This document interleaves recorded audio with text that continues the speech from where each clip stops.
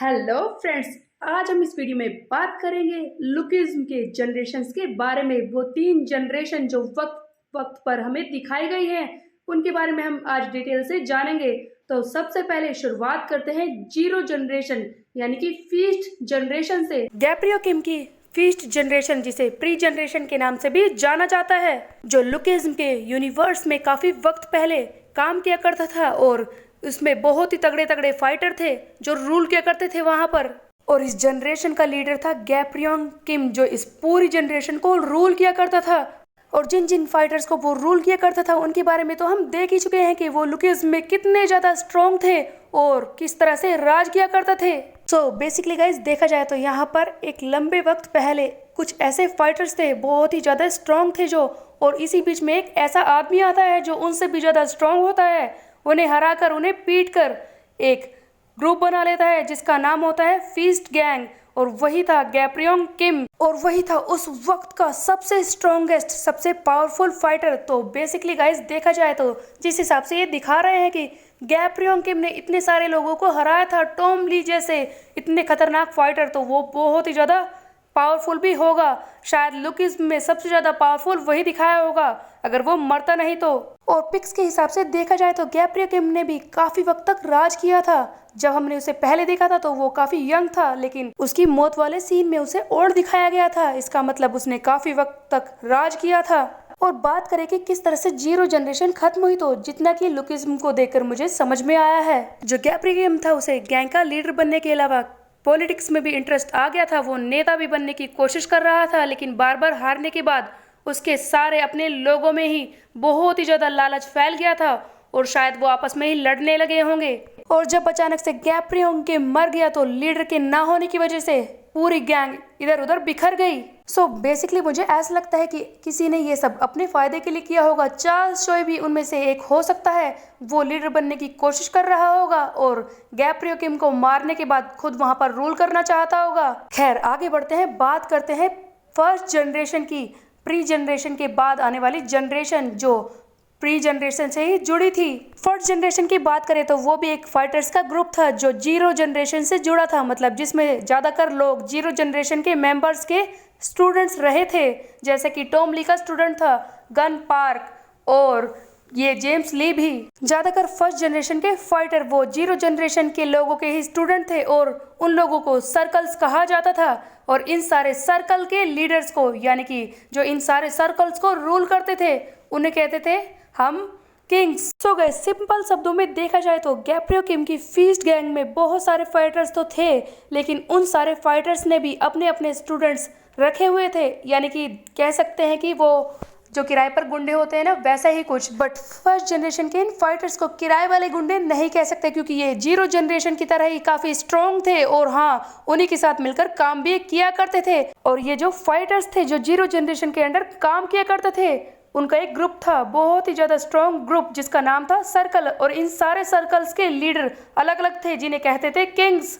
अलग एरिया का अलग किंग था जो अपने बंदों पर रूल किया करता था। एग्जाम्पल के तौर पे देखा जाए तो एक स्कूल की तरह, जहाँ पर प्रिंसिपल होता है, उसके बाद टीचर्स, उसके बाद मॉनिटर एंड आखिर में होंगे स्टूडेंट्स। और जैसा कि फर्स्ट जनरेशन के सारे ही मेंबर काफी स्ट्रॉन्ग थे, तो इन्हीं लोगों के बीच में लालच को लेकर और पावर को लेकर लड़ाई शुरू हुई थी। ये एक ऐसी जनरेशन थी जहां पर लालच, खून खराबा सब कुछ था। सारा वक्त लड़ाई ही होती रहती थी, इसमें किसी और चीज की जगह ही थी नहीं। सो गाइस, देखने वाली बात यह है कि जबकि फर्स्ट जनरेशन के मेंबर्स अपने आप ही आपस में लड़ रहे थे लालच को लेकर, पावर को लेकर, तो हो सकता है कि चार्ल्स चॉय ने गैब्रियो किम को मरवाया हो ताकि वो लीडर बन सके, लेकिन उसका कुछ भी फायदा नहीं हुआ और जीरो जनरेशन इधर उधर बिखर गई। बात करें आगे फर्स्ट जनरेशन की, तो जेम्स ली इनमें सबसे ज्यादा स्ट्रॉन्गेस्ट दिखाया था, जिसने सारे सर्कल्स पर रूल किया था और आखिर में उनके खत्म होने का कारण भी यही बना था। इसने सारे किंग्स को भी मारा था और इसने ताइसोमा की एक आंख ले ली थी और गोंग सियोप का एक पैर भी इसी की वजह से कटा था। इसीलिए ये सारे लीडर्स इसे ढूंढ रहे थे मारने के लिए। तभी जेम्स ली ने अपने आप के रूप को बदल लिया और अपना भेष बदलकर डाइगो कैंग के नाम से जीने लगा। फर्स्ट जनरेशन को खत्म इसने कर ही दिया था। सो बेसिकली वो सब इधर उधर बिखर गए थे, आपस में जुड़े नहीं थे।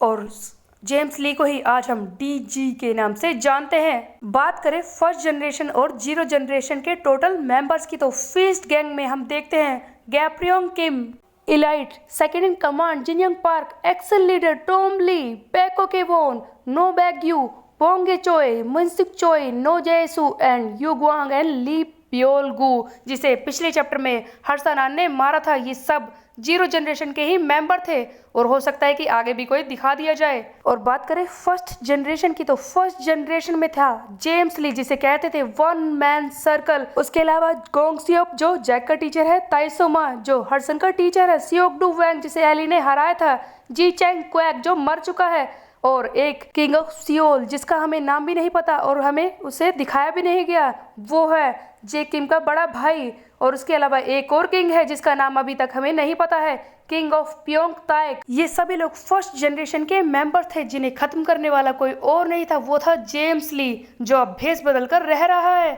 उसके बाद हम देखते हैं सेकेंड जनरेशन जो अभी करंट जनरेशन है, जिसमें डैनियल भी एक मेंबर है। सो बेसिकली देखा जाए तो सेकेंड जनरेशन में अलग अलग मेंबर्स हैं, जो कुछ क्रूज के मेंबर्स हैं, कुछ किसी लीडर से जुड़े हुए हैं, कुछ गन के सक्सेसर्स हैं और कुछ ऐसे हैं जिनकी पर्सनल स्टोरी चल रही है। सो सबसे पहले शुरुआत करते हैं उन मेंबर्स से जिनकी पर्सनल स्टोरी चल रही है, यानी कि हमारे जो मेन कैरेक्टर है, जिनमें से सबसे पहला है डैनियल पार्क, जिसकी ये पूरी स्टोरी ही है, जिसके पास 2 बॉडीज हैं, जिनमें से एक जेम्स ली की है। इसका सच भी दिखाया नहीं गया कि जेम्स ली की ये बॉडी डैनियल पार्क को कैसे मिल गई। वैसे देखा जाए तो इसके अंदर ये आत्मा तो डैनियल पार्क की ही है, चाहे वो किसी भी बॉडी को यूज करता हो। उसके अलावा हमारे पास है जैक ली, वास्को, जेहोंग, हर्षनान, Samuel Seo, Jerry Kevon, Warren Chai, Ellie Chang, Jay Kim and Logan Lee. ये सारे सेकंड जनरेशन के मेंबर्स हैं जो बहुत ही ज़्यादा स्ट्रॉन्ग है और मेन कैरेक्टर्स में भी आते हैं। इनके अलावा विंजिन भी एक कैरेक्टर है जिसे हम मेन में काउंट कर सकते हैं। इन्हीं सभी मेंबर्स के अलावा बहुत सारे ऐसे मेंबर्स हैं जो वक्त वक्त पर आते रहे हैं, जैसे कि वर्कर्स के अलग अलग लीडर यूजिन, उसका भाई मैंडियोक एंड अदर मेंबर्स, राहियो कुरुडा और बाकी सब उन्हीं की तरह फाइटर मगामी कैंटा भी, ये सारे सेकंड जनरेशन के ही मेंबर हैं।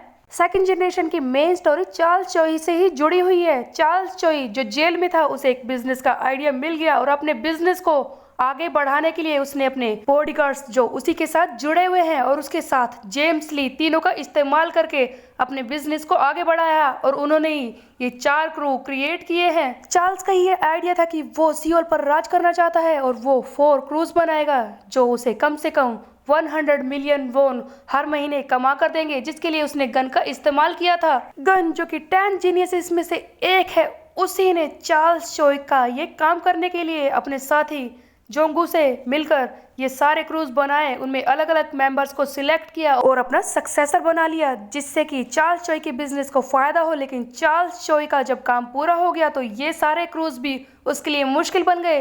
तब गन ने ही इन्हें खत्म करने के लिए इन लोगों को आपस में लड़वाना शुरू कर दिया। देखने वाली बात यह है कि इनमें से हर कोई गन से हारा है, इसीलिए वो उसका सक्सेसर बनने को तैयार हुआ है।